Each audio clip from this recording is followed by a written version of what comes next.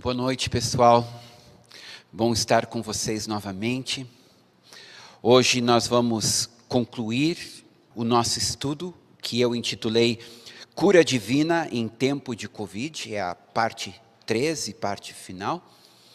Eu espero que, terminado esse estudo, nós tenhamos uma visão mais clara do significado da cura divina para Deus Pai, para Deus Filho e para Deus Espírito Santo. Então, eu vou começar hoje à noite com uma pergunta. É a vontade de Deus curar a todos? Eu espero que depois das últimas 2 reuniões que nós tivemos, todos vão responder juntamente comigo que sim. Mas caso vocês ainda não estejam seguros quanto a isto, eu quero relembrar então 3 versículos que nós estudamos durante esta série. O primeiro é Salmo 103, versículo 3. Ele é quem perdoa todas as suas iniquidades, quem cura todas as suas enfermidades. Marcos 16, versículos 17 a 18. Estes sinais hão de acompanhar aqueles que creem. Se impuserem as mãos sobre os enfermos, eles ficarão curados. Tiago, capítulo 5, versículos 14 e 15. Está alguém doente? Chame os presbíteros da igreja, e estes façam oração sobre ele, ungindo-o com óleo em nome do Senhor. E a oração da fé curará o enfermo, e o Senhor o levantará. E se houver cometido pecados, ser-lhe-ão perdoados. Então, aqui nós temos, eu acredito que claramente teríamos muitos outros versículos que poderíamos citar, mas eu acho que esses 3 já estão bons para concluirmos que a regra é a cura. Evidentemente que cada regra tem a sua exceção, tanto nas coisas terrenas como nas celestiais.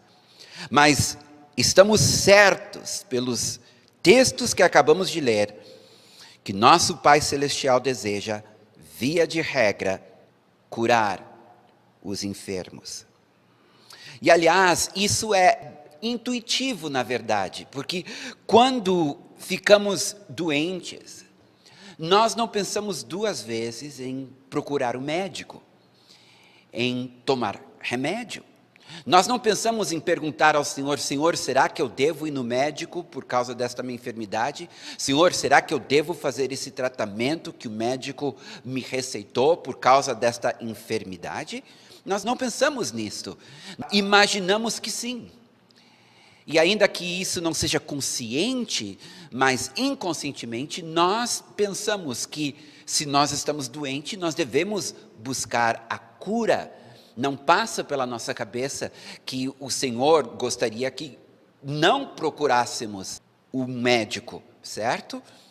Agora, se nós temos dúvida quanto à vontade de Deus de curar a enfermidade, se existe dentro de nós a possibilidade de Deus querer que continuamos enfermos, isso significa que ao ir ao médico, nós estaríamos nos rebelando contra o Senhor.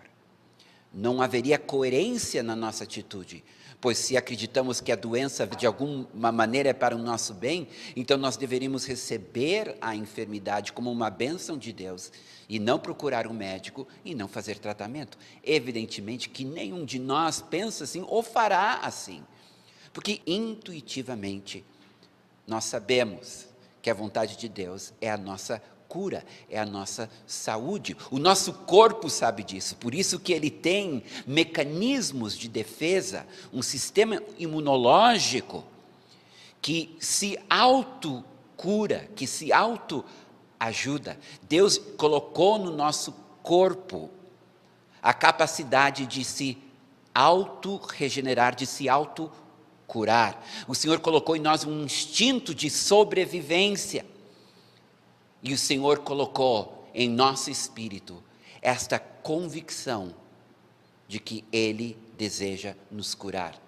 Estamos sendo coerentes quando vamos no médico. Vamos continuar sendo coerentes, orando pelas enfermidades, buscando sempre a cura do Senhor. É muito importante termos a certeza da vontade de Deus quanto à cura. Porque sem esta certeza, não tem como ter fé. Pois a própria palavra fé significa certeza, convicção. Então, enquanto há dúvidas quanto à vontade de Deus, não há possibilidade de exercer uma verdadeira fé. Logo, ao invés de orarmos e pedindo a cura, nós somos obrigados a orar pedindo que a vontade de Deus seja feita. Agora, eu vou dizer uma coisa para os irmãos, que esta oração, Senhor, que seja feita a tua vontade, é uma oração que não exige fé, mas também é uma oração ineficaz. Orar esta oração e não orar esta oração é a mesma coisa, porque a partir do momento que tu devolve para Deus a responsabilidade, Ele vai fazer a sua vontade. Então o que adianta tu orar? Tu orando ou não, Ele vai fazer a vontade dEle. A diferença da oração feita com fé é que nós podemos até mesmo mudar a vontade dele sobre uma situação. A gente vê isso com Moisés. Deus tinha decidido destruir Israel e levantar da parte de Moisés um novo povo. Moisés orou e disse: não, Senhor, não faça isso. E a Bíblia diz que Deus mudou de ideia. Este ensino de cura divina tem sido negligenciado por tanto tempo que nem sempre será assimilado ou experimentado imediatamente. Nós estamos falando de uma verdade que se perdeu ao longo dos séculos, e agora, para resgatar esta verdade, nós vamos ter que abrir caminho. É como se uma mata de incredulidade cobrisse o caminho de volta para a cura divina, e nós vamos ter que pegar um facão, o facão da fé, o facão da persistência, o facão da determinação, e ir abrindo caminho novamente para esta verdade, pois é através do estudo cuidadoso das Escrituras, uma disposição de crer e a busca por experiências autênticas que tornará a verdade da cura divina algo experiencial, algo real para nós. Agora, isso não é novidade. Toda verdade bíblica que se perdeu e foi restaurada, ela teve que passar por um período de resgate, inclusive a fé na salvação. Querem ver uma coisa? Os reformadores, começando com Lutero, estudando as Escrituras, descobriram, ou redescobriram, que a salvação é apenas pela fé. Fé na obra de Jesus na cruz. A Igreja Católica havia acrescentado, junto com a fé, as obras. Então, aquela geração de Lutero acreditava que para ser salvo, tu precisava crer, mas também fazer boas obras. Lutero começa então a ensinar que não, que a salvação é unicamente, exclusivamente pela fé em Jesus, na sua obra na cruz. Pois bem, o pessoal da sua geração, da geração de Lutero, de Calvino, quando eles ouviram este ensino e perceberam que este era o ensino verdadeiro, mesmo assim tiveram muita dificuldade inicialmente de assimilar isto. Veja bem, toda a vida foram ensinados que a salvação é pela fé e pelas obras. Agora estão sendo ensinados que a salvação é somente pela fé. Então, muitos que adotaram a reforma, muitos que se tornaram protestantes, inicialmente lutaram muito com a culpa, com a condenação e com a incerteza da vida eterna. Na época de Lutero, na época de Calvino, talvez tu perguntaria para o teu irmão: Meu irmão, tu tens certeza que se tu morrer hoje tu vai para o céu? Muitos diriam que não. Eles acreditavam que a salvação era pela fé, mas eles não tinham certeza, não tinham convicção, porque esta verdade antiga, restaurada, agora precisava resgatar o seu lugar na teologia e na experiência cristã. Estamos passando pela mesma experiência agora com relação à cura.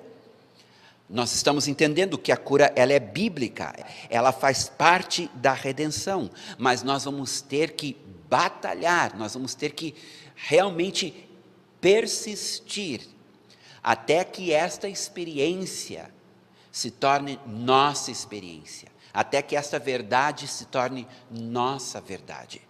Então, como disse o John Wimber, já falei aqui antes, um irmão muito usado no Senhor que fundou a denominação Vineyard, ele conta que ele orou por 1000 pessoas antes de ver a primeira ser curada. E essa é a persistência e a determinação que vamos ter que ter por causa desta verdade que foi perdida e agora o Espírito de Deus está resgatando. Mas eu quero agora vir para mais perto da nossa realidade. Nós estamos falando sobre cura divina no meio de uma pandemia. E como entender a morte de tantos irmãos nesta pandemia, apesar de tantas orações incessantes? Porque é uma coisa tu estudar sobre cura divina e concluir que realmente é uma verdade bíblica, é nossa herança em Cristo Jesus. No entanto, em meio a essa pandemia, as notícias de tantos irmãos e pastores morrendo, indo ao óbito por causa desta enfermidade. Eu te confesso, irmãos, até eu fico um pouco abalado. Então nós precisamos responder esta pergunta. Tentar responder esta pergunta. Tentar entender por que tantos estão morrendo. Não só pessoas no mundo, mas pessoas da igreja, enquanto a igreja ora e clama. Realmente, mesmo com um ensino bíblico tão claro sobre a vontade de Deus com respeito à cura divina, a própria palavra de Deus nos traz exemplos de pessoas que não foram curadas. Nós lemos isso domingo passado, 1 Timóteo 5:23, onde Timóteo tinha problemas estomacais, 2 Timóteo 4:20, onde Trófimo foi deixado doente em Mileto.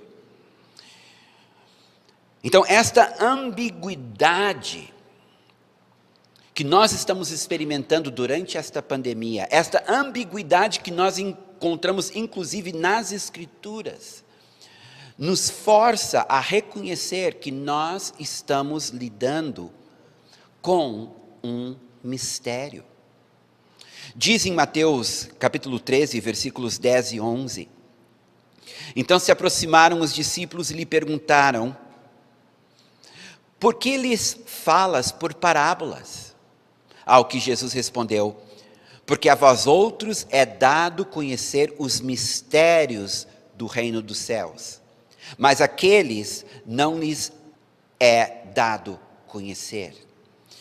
Então tu vê que Jesus está falando sobre mistérios do reino. O Bill Johnson, num dos seus livros, escreve o seguinte a respeito de mistérios. Ele começa dizendo: a revelação não é algo que você possa extrair de um livro teológico, nem mesmo algo que tu podes desvendar na Bíblia sozinho. A revelação está encerrada em uma dimensão que a Bíblia chama de mistério. Um mistério não pode ser descoberto através da pesquisa diligente. Precisa ser revelado. O mistério deve ser uma parte contínua das nossas vidas. Devemos sempre ter mais perguntas do que respostas. Se o nosso encontro com Deus não nos deixa com mais perguntas do que respostas, então não foi um bom encontro. Um relacionamento com Deus que não desperta em nós um sentimento de mistério é um relacionamento frágil. Como cristãos, sempre viveremos num estado de tensão entre o que entendemos e o que permanece encoberto. É parte da vida cristã. E é por isso que a vida cristã se vive pela fé.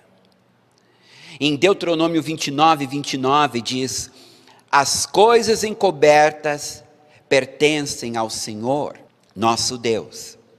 Porém, as reveladas nos pertencem, a nós e aos nossos filhos, para sempre, para que cumpramos todas as palavras desta lei. Veja bem, fica muito claro que há coisas encobertas, que pertencem apenas ao Senhor. E há coisas reveladas, que Ele compartilha conosco. Esta tensão, ela existe. E ela precisa existir. Por quê? Porque o nosso Deus é um Deus muito grande. Se nós pudéssemos botar nosso Deus numa caixinha, se nós pudéssemos explicar tudo que Ele faz, se nós pudéssemos adivinhar tudo que Ele pensa, o nosso Deus não seria maior do que um ídolo, igual aos ídolos das outras religiões. Mas o que diz Isaías capítulo 55, versículos 8 e 9?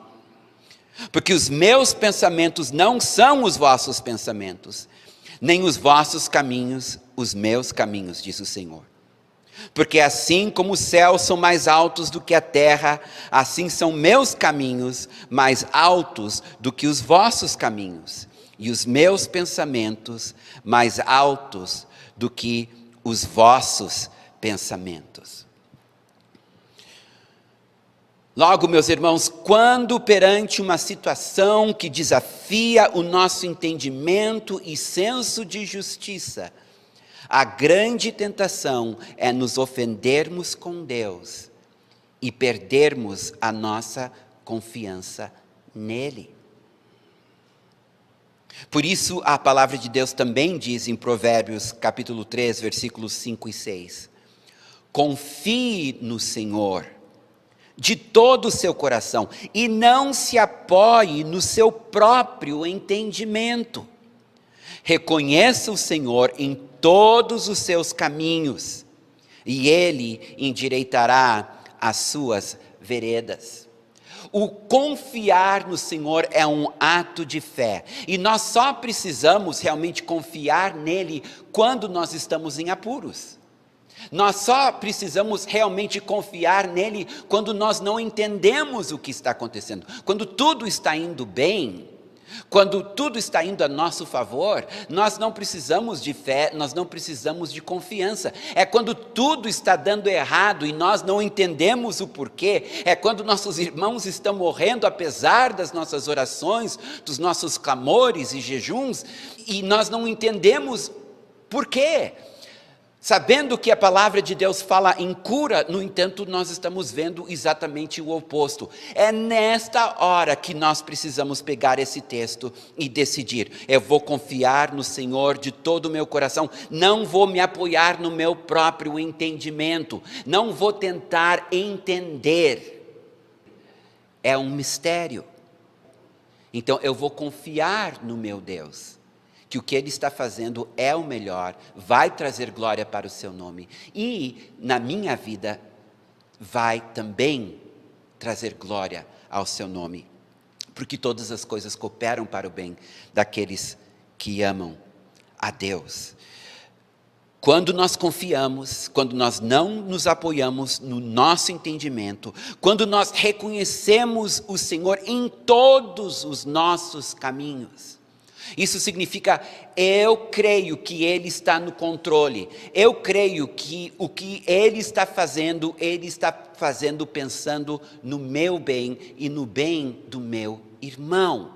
É quando eu reconheço o Senhor em todos os meus caminhos, que Ele então pode endireitar as minhas veredas, endireitar os meus caminhos.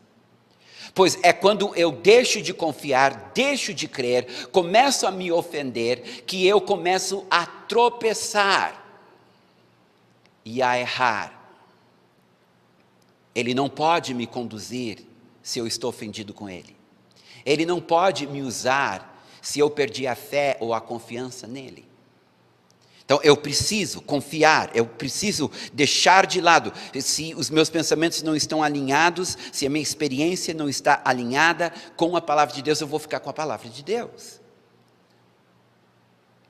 E Ele vai então endireitar os meus caminhos. Ele vai me conduzir por um caminho de vitória. Talvez um dia Ele me explique, talvez Ele nunca venha a me explicar.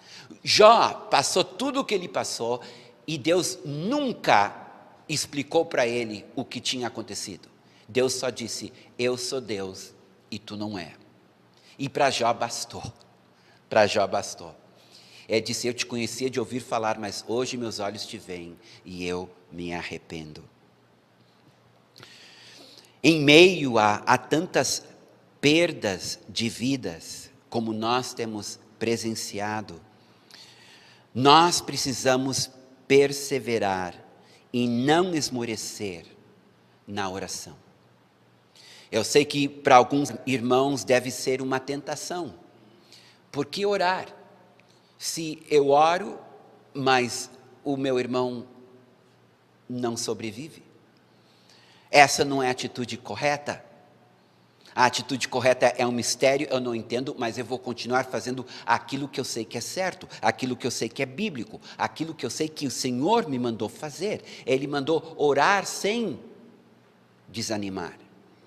Tem uma parábola maravilhosa de Jesus em Lucas 18, onde ele conta a respeito de uma viúva que busca um juiz iníquo.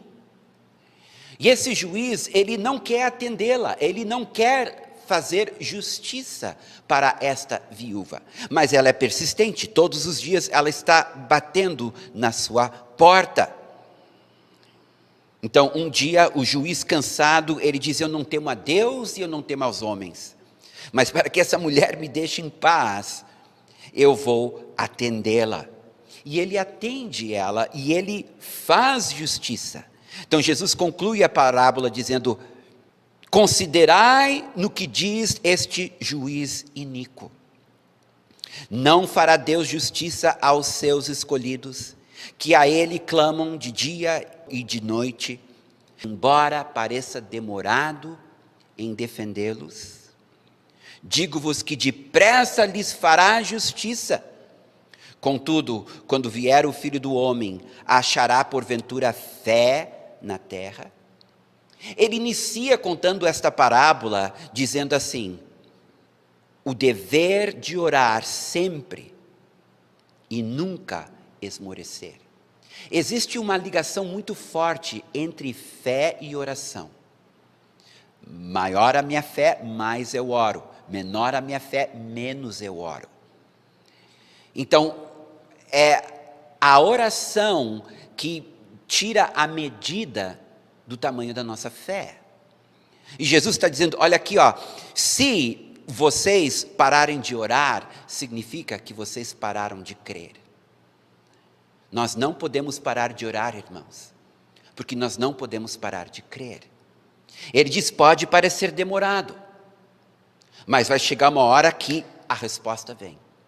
E quando ela vem com toda a justiça dos céus em nosso favor. Mas não podemos desanimar. Quero contar uma outra história, isso não é uma parábola, é uma história verídica. A história do rei Ezequias. Está em 2 Reis, capítulo 20, versículos 1 a 7. E diz assim, naqueles dias Ezequias adoeceu de uma enfermidade mortal. Veio ter com ele o profeta Isaías, filho de Amós, e lhe disse: assim diz o Senhor, põe em ordem a tua casa, porque morrerás e não viverás. Então virou Ezequias o rosto para a parede e orou ao Senhor, dizendo: lembra-te, Senhor, peço-te, de que andei diante de ti com fidelidade, com inteireza de coração, e fiz o que era reto aos teus olhos, e chorou muitíssimo. Antes que Isaías tivesse saído da porta central da cidade, veio a ele a palavra do Senhor, dizendo: volta e dize a Ezequias, príncipe do meu povo, assim diz o Senhor, o Deus de Davi teu pai: ouvi a tua oração e vi as tuas lágrimas, eis que te curarei. Queridos, essa é uma história tremenda, porque Deus tinha decidido levar Ezequias. Aquela doença era uma doença para a morte, mas a oração de Ezequias mudou a decisão de Deus, mudou o seu pensamento. E Deus, então, ao invés de levar Ezequias, curou Ezequias, porque Ezequias orou. A nossa oração sempre carrega este potencial de mudar as circunstâncias, de mudar a situação que estamos vivendo. Não orar é permitir que as coisas aconteçam naturalmente. A oração é o que pode mudar a tua história, o teu destino. Não podemos parar de orar, porque há irmãos que ainda estão internados, que ainda estão doentes, que ainda estão em tratamento, que serão curados, porque nós estamos orando. Bem, porque nós temos ainda tempo, eu quero falar mais algumas coisas agora a respeito da cura divina, deixando a pandemia de lado e tratando mais especificamente da cura divina em relação a todas as doenças. Eu quero dizer que toda enfermidade tem origem em uma de três causas. Ou a enfermidade é causada pelo pecado, ou a enfermidade é causada pelo diabo, ou a enfermidade é causada por Deus. Talvez isso tenha chocado alguns, mas eu vou mostrar para vocês nas Escrituras que é verdade. Vamos começar então com a primeira causa, o pecado. O pecado, ele dá origem às doenças naturais. A doença é um sinal visível do julgamento de Deus sobre o pecado. Não é que aquele que está doente seja mais pecador do que o outro que está com saúde. É apenas a consequência natural da queda. O salário do pecado é a morte. Uma das formas que a morte se manifesta é através de enfermidades. Então, o pecado é a principal causa das doenças, das enfermidades que nós vemos em nossos dias. Em João capítulo 9, versículos 1 a 3, diz: caminhando Jesus viu um homem cego de nascença. E os seus discípulos perguntaram: mestre, quem pecou, este ou seus pais, para que nascesse cego? Respondeu Jesus: nem ele pecou, nem seus pais, mas foi para que se manifestassem nele as obras de Deus. Então aqui nós temos um rapaz que nasceu cego, mas não é uma maldição hereditária, não é um pecado cometido pelos seus antepassados, mas faz parte da consequência da queda. É isso que Jesus está dizendo. Todavia, às vezes as nossas enfermidades são consequências de escolhas erradas, de práticas contrárias à palavra de Deus. Um alcoólatra que passa anos bebendo, de repente está com cirrose. O fumante que passa anos fumando, de repente está com problema nos pulmões ou com problema no coração. Uma pessoa obesa que não cuida da sua alimentação pode ter pressão alta e outros problemas mais, diabetes. E não era algo que Deus queria, não, isso não é consequência do pecado original, mas consequência do seu pecado pessoal, não zelando pelo templo do Espírito Santo. Então veja bem que às vezes a enfermidade ela é causada por nossos próprios pecados. Uma pessoa que tem uma vida muito promíscua pode pegar uma doença venérea e a consequência da sua enfermidade pode até ser a morte, mas uma morte que ela trouxe sobre si por causa da sua vida de pecado. Tiago 5,15 diz, e a oração da fé salvará o enfermo, e o Senhor o levantará, e se houver cometido pecados, aqui são pecados pessoais, e não o pecado original, ser-lhe-ão perdoados. Em João 5,14, Jesus curou um paralítico, depois quando ele encontrou o paralítico de novo, ele disse, olha, que já estás curado, não peques mais, para que não te suceda coisa pior. Então, o pecado realmente, ele é um problema sério para a humanidade, não só por causa das doenças que vêm por causa da sentença de morte que está sobre nós, mas por causa dos nossos próprios pecados. A segunda causa das enfermidades é o diabo, mais especificamente, espíritos de enfermidade. Lucas, capítulo 13, versículos 10 a 16, nos conta a história de uma mulher. E diz assim, num sábado, Jesus estava ensinando numa das sinagogas, e chegou ali uma mulher possuída de um espírito de enfermidade. Havia já 18 anos. Ela andava encurvada, sem poder se endireitar, de modo nenhum. Ao vê-la, Jesus a chamou e lhe disse, mulher, você está livre da sua enfermidade. E impondo-lhe as mãos, ela imediatamente se endireitou e dava glória a Deus. Os religiosos da época se ofenderam com Jesus porque ele fez essa cura num sábado. Então Jesus responde, por que motivo não se devia livrar deste cativeiro em dia de sábado, esta filha de Abraão, a quem Satanás trazia presa há 18 anos. Aqui Jesus claramente identifica esta enfermidade como uma enfermidade causada por demônios. Em Atos 10, 38, nós lemos, Deus ungiu a Jesus de Nazaré com o Espírito Santo e com poder, o qual andou por toda parte fazendo o bem e curando a todos os oprimidos do diabo, porque Deus era com ele. Há enfermidades que são causadas por demônios, e Jesus veio para curar também este tipo de enfermidade. Por isso que é importante nós sabermos distinguir entre uma pessoa que precisa unção com óleo de uma pessoa que precisa de expulsão de demônios. Nem toda doença terá uma origem natural. Pessoas experientes na área de cura divina, a maioria concorda entre si que doenças congênitas, hereditárias, malignas, crônicas, deformantes e degenerativas envolvem espíritos de enfermidade. São pessoas que têm anos de experiência e, na prática, ao orar por este tipo de enfermidade, sempre confrontaram demônios de enfermidade.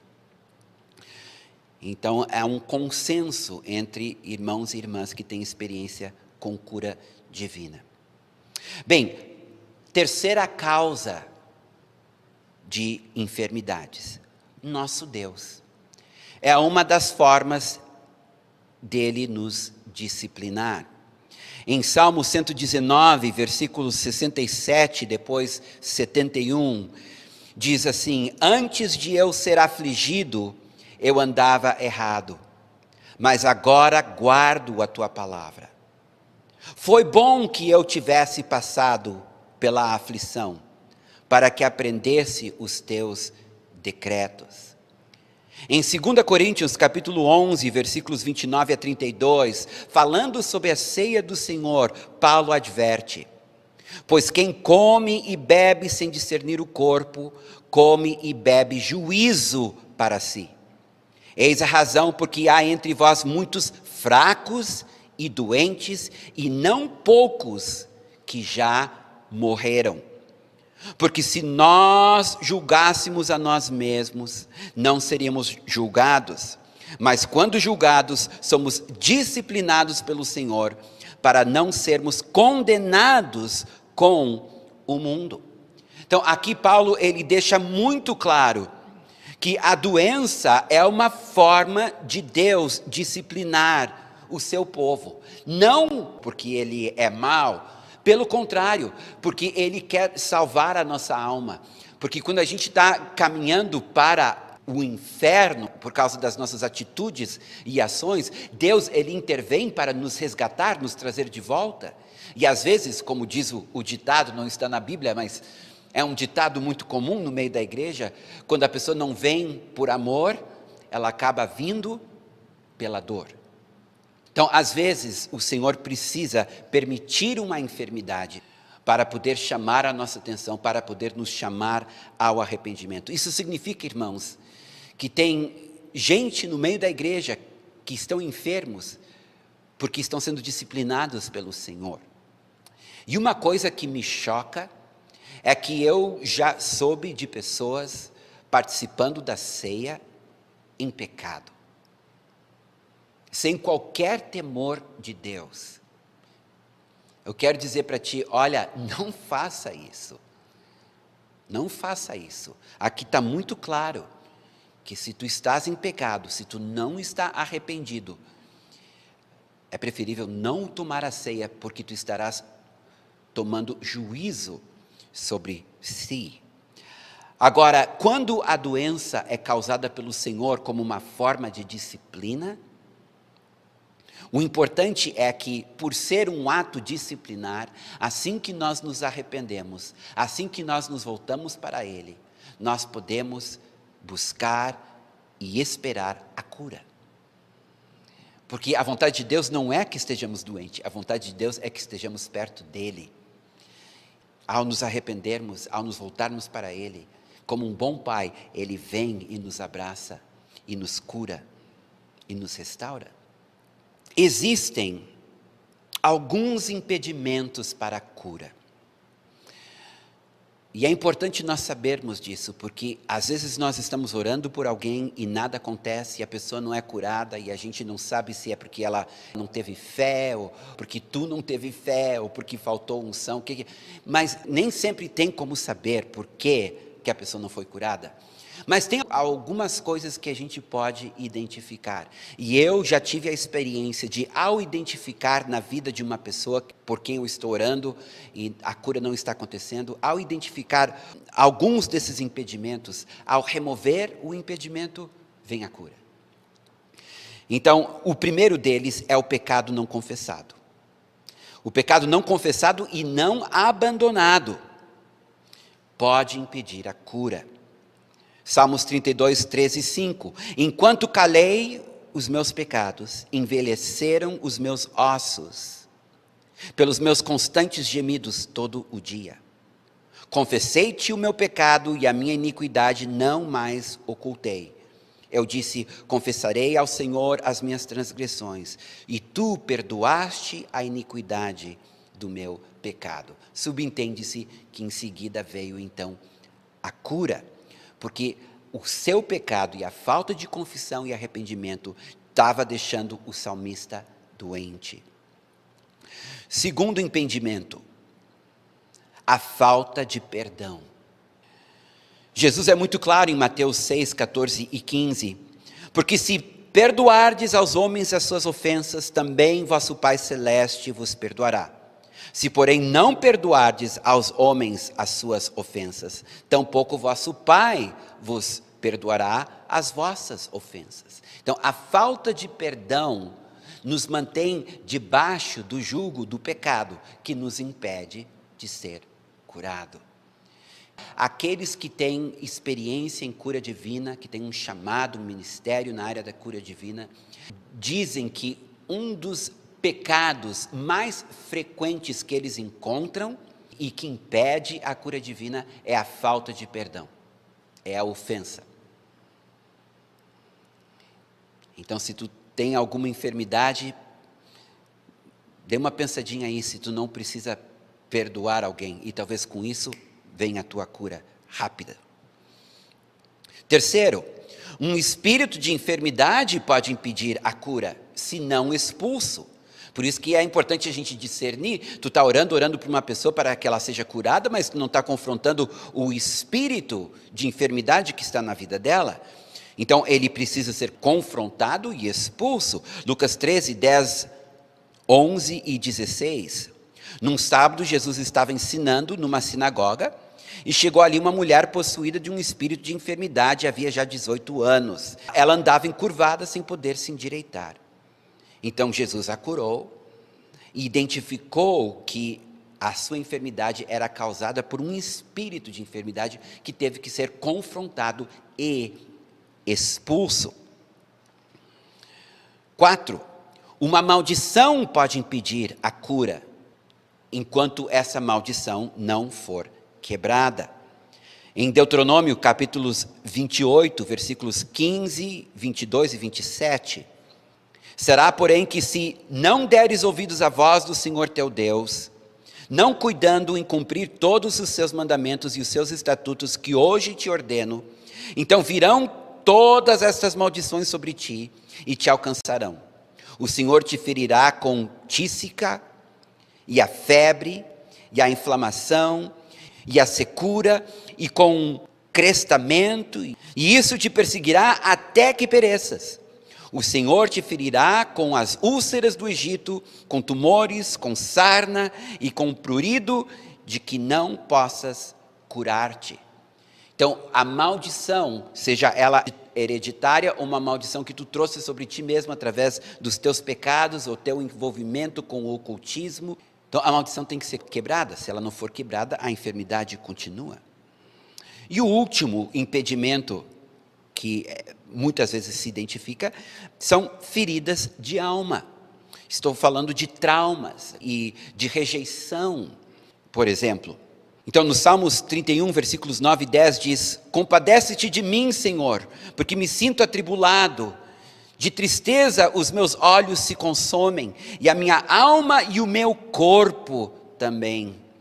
Gasta-se a minha vida na tristeza e os meus anos em gemidos. Debilita-se a minha força por causa da minha iniquidade, e os meus ossos se consomem. Então aqui nós estamos vendo que o salmista ele está sofrendo, e o problema dele é um problema de alma, é um problema emocional que está gerando no corpo dele enfermidade. Então, quando a pessoa é curada da sua ferida de alma, ela pode ser curada também do seu físico.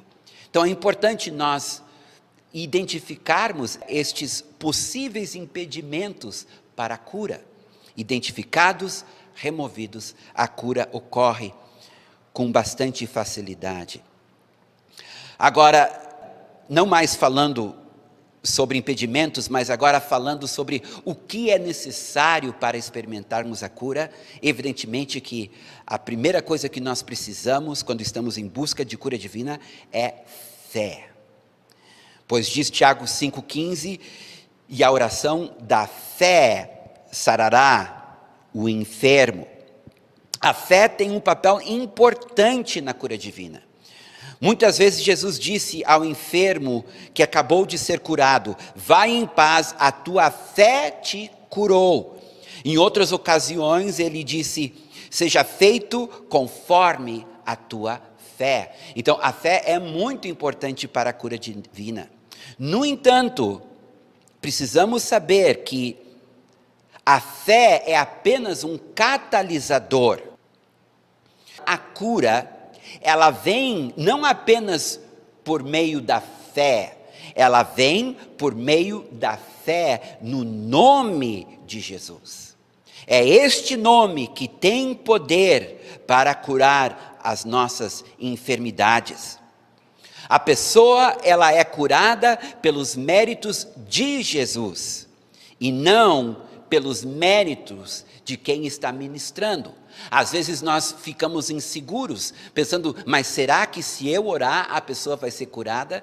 Bem, se tu pensa que a pessoa vai ser curada ou não dependendo dos teus méritos, provavelmente ela não vai ser curada. Agora, se tu entende que é por causa dos méritos de Jesus, tu pode ter um dia de convertido e o Senhor vai te usar. Porque são os méritos dele, é o nome dele, não o teu, que cura o enfermo. Em Atos capítulo 3, versículo 16, diz: pela fé em o nome de Jesus, é que este mesmo paralítico foi curado. Esse mesmo nome fortaleceu a este homem, que agora vedes e reconheceis. Sim, a fé que vem por meio de Jesus deu a este saúde perfeita na presença de todos. Então, primeiro temos que ter fé, mas temos que ter fé no nome de Jesus. Este nome é o que tem poder para curar. A cura, ela vem como obra do Espírito Santo. Quando nós cremos no poder que há no nome de Jesus, no poder que há na obra redentiva da cruz, o Espírito Santo se apresenta, porque é Ele que realiza a cura. Em Atos 10, 37 e 38 diz: vós conheceis a palavra que se divulgou por toda a Judéia, tendo começado desde a Galiléia, depois do batismo que João pregou. Como Deus ungiu a Jesus de Nazaré com o Espírito Santo e com poder, o qual andou por toda parte, fazendo bem e curando a todos. Então era o Espírito Santo sobre Jesus que curava os enfermos. Jesus se esvaziou de toda a sua glória.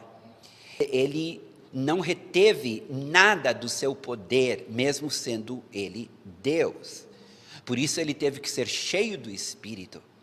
E Isaías diz: o Espírito de Deus está sobre mim, para curar, para libertar, para anunciar o Evangelho. Então é este Espírito maravilhoso que estava sobre Jesus, que fazia com que as curas acontecessem na vida de Jesus. O mesmo Espírito que está em nós. E em Efésios capítulo 1, Paulo nos ensina a orar, pedindo que os olhos do nosso entendimento sejam abertos, para nós reconhecermos o poder que existe em nós, o mesmo poder que ressuscitou Jesus Cristo dentre os mortos. Por isso que Jesus pode dizer também: as obras que eu fiz vocês farão, e obras maiores, porque eu vou para o Pai e vou enviar o Consolador. É o Espírito Santo, meus irmãos, que cura. Ele cura porque Ele quer glorificar a Jesus. Ele quer exaltar, Ele quer confirmar o nosso Evangelho. Ele quer demonstrar que o que nós estamos falando a respeito de Jesus é verdade. Então Ele vem e Ele realiza milagres, sinais e maravilhas. Ele cura os enfermos, Ele liberta os cativos, Ele salva os perdidos. Agora, quando o Espírito Santo vem para cooperar conosco, quando Ele vem para curar, Ele libera a sua unção. E esta unção do Espírito, ela é real, ela é tangível. Eu gosto de compará-la, e não fui eu que comecei isso, John G. Lake usava esta figura, a figura da eletricidade. A unção do Espírito Santo é como a eletricidade, ela é real, ela é tangível. Se tu botar teu dedo na tomada, tu vai saber que a eletricidade é real. E a cura, ela vem por meio da unção do Espírito. Olha o que diz em Lucas, capítulo 6, versículos 18 e 19. Vieram para o ouvir e para ser curados de suas doenças. Também os atormentados por espíritos imundos eram curados. E todos da multidão procuravam tocar em Jesus, porque dele saía poder e curava todos. Em Lucas capítulo 8, versículos 45 e 46, mas Jesus disse: quem me tocou? Como todos negassem, Pedro, com seus companheiros, disse: mestre, as multidões te apertam e te oprimem, e dizes: quem me tocou? Contudo, Jesus insistiu: alguém me tocou, porque senti que de mim saiu poder. Então, a unção nem sempre ela é sentida. Tu pode ser curado sem sentir nada, mas às vezes ela vem um tamanho poder que tu sente, eletricidade, calor, ou simplesmente a mudança que houve, a dor que passou, o movimento que tu volta a ter. Então a unção, ela é maravilhosa, ela é preciosa, e ela prova de uma vez por todas que não é uma questão de pensamento positivo, mas é algo sobrenatural. A cura é algo sobrenatural, porque envolve a unção do Espírito de Deus. Outra coisa que nós aprendemos a respeito da cura é a importância de tomarmos passos de fé. Eu já vi isso acontecer muitas vezes, isso está na palavra de Deus. A cura muitas vezes acontece quando nós fazemos um movimento que a gente não conseguia fazer, quando a gente dá um passo de fé. Em João capítulo 5, versículos 8 e 9, então lhes disse Jesus: levanta-te, toma o teu leito e anda.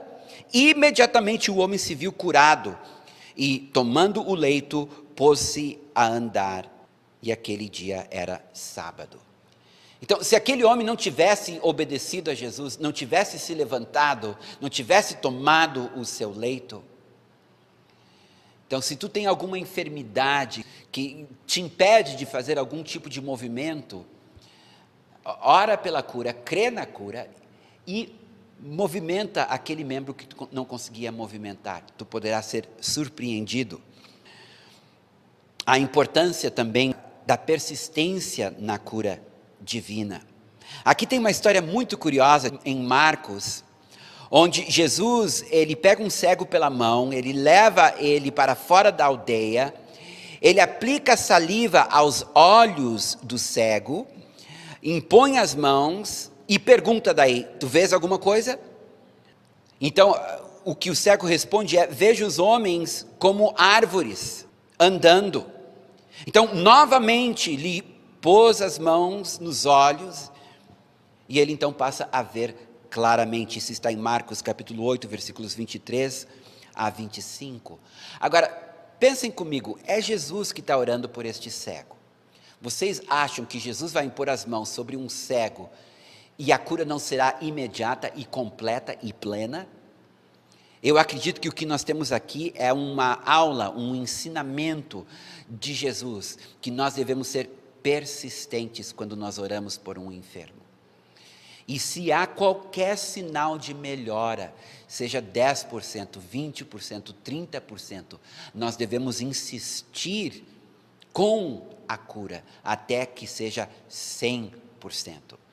Eu, por exemplo, tenho o hábito e ensino as pessoas a pelo menos orar 3 vezes por uma pessoa enferma. E já vi muitas vezes, na terceira vez, a pessoa é completamente curada. Celebramos o progresso da cura, até que ela seja completa.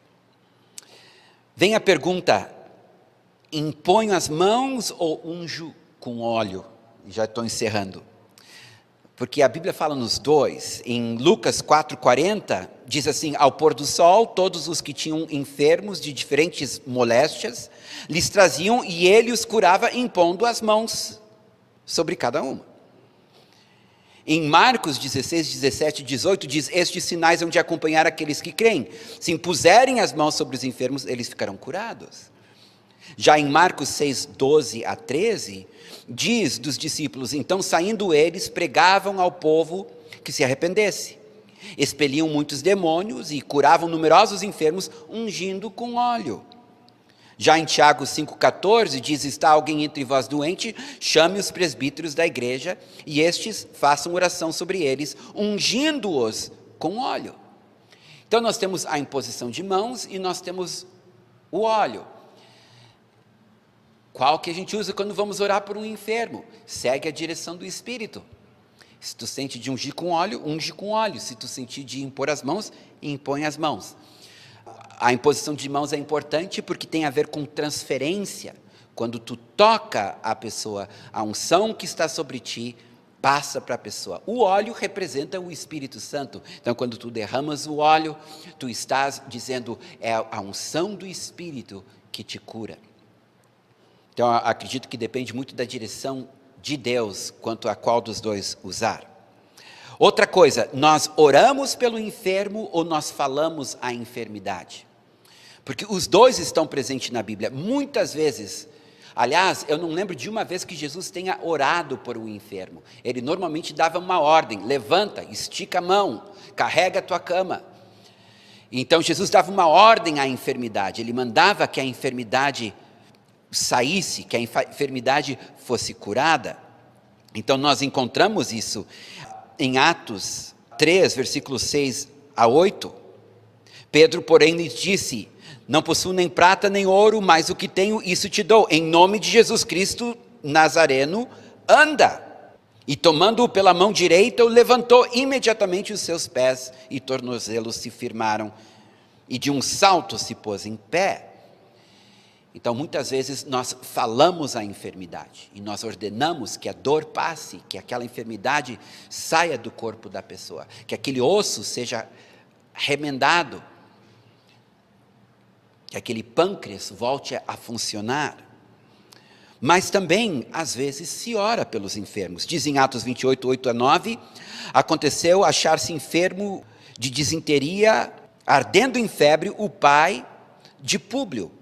Paulo foi visitá-lo e, orando, impôs-lhe as mãos e o curou. Então, tu vê que a oração também é uma forma válida de orar pelos enfermos. Então, qual que a gente usa? A gente ora ou a gente ordena em nome de Jesus? Segue a direção do Espírito. Se ele te orienta a orar, tu ora. Se ele te orienta a ordenar, tu ordena. Nós precisamos aprender a confiar no Espírito Santo, porque às vezes ele pode te dar uma palavra de conhecimento a respeito da enfermidade. Ele pode te dar uma orientação totalmente diferente sobre o que fazer. O Wigglesworth conta uma vez que ele apenas dizia o nome de Jesus. E ao repetir o nome de Jesus, muitas vezes a pessoa foi curada. Numa outra ocasião, o Bill Johnson conta que eles apenas louvaram em volta da pessoa, e o louvor levou a pessoa a ser curada. Então, é a direção que o Espírito Santo dá. Bem, meus irmãos, era isso que eu tinha para compartilhar com vocês sobre a cura divina em tempo de pandemia. Eu espero que isso possa ajudá-los e encorajá-los não apenas a receber a cura, mas serem agentes de cura divina, orando pelos enfermos para que Jesus seja glorificado.